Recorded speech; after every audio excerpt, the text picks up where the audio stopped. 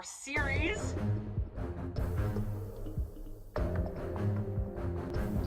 This week it is British week, which means I am the next closest thing to an expert that we have as a Commonwealth citizen.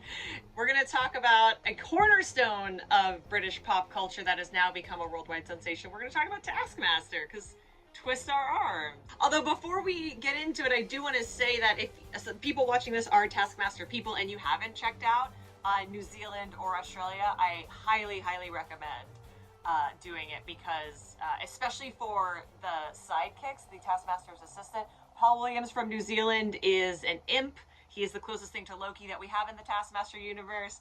And Tom Cashman from Australia is, I kid you not, a living hobbit. And I mean that hugely complimentary. So we're going to talk about some of our favorite seasons of Taskmaster, or series, because we're in British week. My Taskmaster crush is Chris Ramsey, which I think aligns very closely to what I think an ideal Taskmaster contestant has golden retriever energy. You have to go in and you have to want to win a little bit. If you don't care too much, then it can be less fun to watch you struggle through the task. And I'm not saying that I haven't enjoyed, I have a very soft spot for the people who are terrible at Taskmaster. Like, I will defend Guz Khan and Paul Chowdhury as two of the all-time best Taskmaster contestants, and they have no idea what's going on at any point. They are very bad at it. But I think that sort of golden retriever, you're sort of Chris Ramsey, John Roberts, Matthew Bainton type, where you're coming to it excited to be there, I think makes the best television. But I think there's a subsection of that is a more chaos monster coded, and I think like a Rod Gilbert, Jason Mantzoukas type is also ideal, where they're also excited to be there, but they do want to break things. I mean, Reece Shearsmith should be mad, because he should have won that season, I will say with my full chest, was robbed. He did an homage to La Voyage dans la Lune and didn't get 5 points for it. Like, Greg, my guy, what are we even doing here?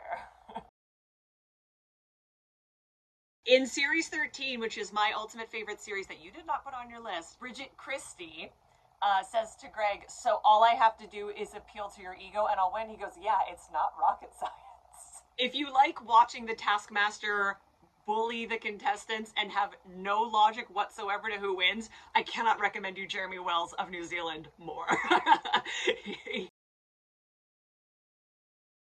Or in a way that entertains Greg specifically, because a lot of the contestants want to involve sports. They want to have like a football moment, or they want to have a cricket moment, and Greg hates sport. And I love that if you try to do something sporty, Greg's like, don't care about football, 1 point. I would have told you that mine is better than the average bear, because I've just had a lot more exposure to English, specifically English BBC level media through being raised in Canada, because we get like more stuff imported than we do here now in the States. Someone grew up watching Doctor Who and knew that it didn't start with David Tennant. But when I watched because we started with Series 1 and watched forward, which I genuinely think, with the exception of maybe being shown 1 or 2 episodes to see if you're sort of into the format, I think is the best way to do it, because as the show evolves, your understanding and the way that you approach it coalesces along the way.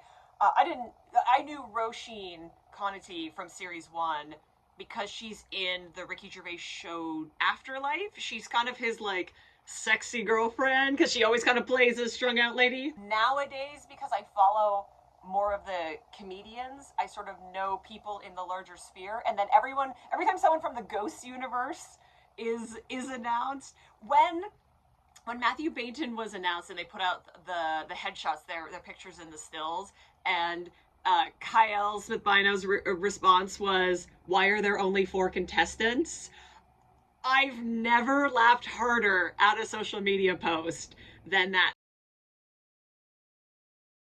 If I was ever going to be on Taskmaster, well, first of all, if I was ever going to be on Taskmaster, my number one strategy with any of the assistants would be, how many of my clothes can I take off and how uncomfortable can I make them? Because they're all a little bit like scatter shy about women.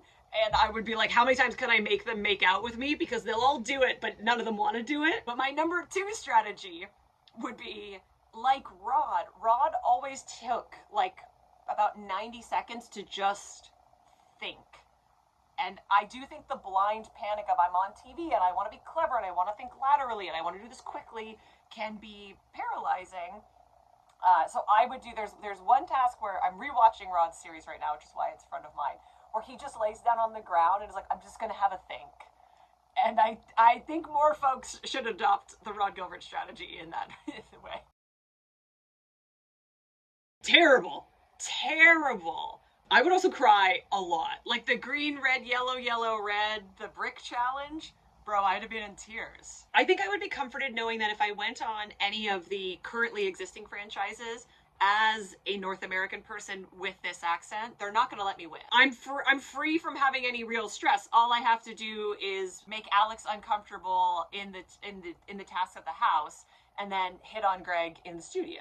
My favorite Reddit post of all time about Taskmaster. It's not a question. The title just says, the way Greg raises his eyebrow in the opening of Taskmaster is my sexuality. And then it's just a discussion of people being like, why am I attracted to Greg Davies? Find me at Ashley B. Robinson or on the Popverse. For even more Taskmaster, for even more British Week, be sure that you are visiting us at thepopverse.com.